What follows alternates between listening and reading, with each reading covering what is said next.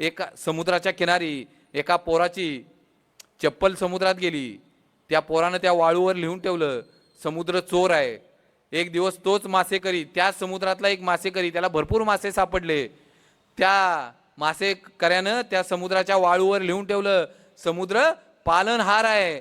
एका आईचा मुलगा त्या समुद्रात बुडून मृत्युमुखी पडला, त्या आईनं त्या तिथंच वाळूवर लिहिलं, समुद्र हत्यार आहे।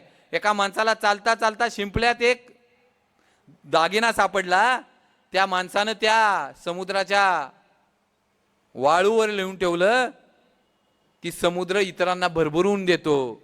मित्रांनो, इतकं सगळ्यांनी लिहिलं, पण एक लाट आली आणि जेवढं सगळं लिहिलं होतं ना ते सगळं पुसून टाकलं। लाटेला फरकच पडत नाही ना की आयुष्यात कोण काय म्हणालंय आणि कोण नाही काय म्हणालंय। मित्रांनो, असंही आमच्या आयुष्यात पाहिजे, इतरांना किती ओरडत बसू द्या, आम्ही थांबायचं नाही मित्रांनो।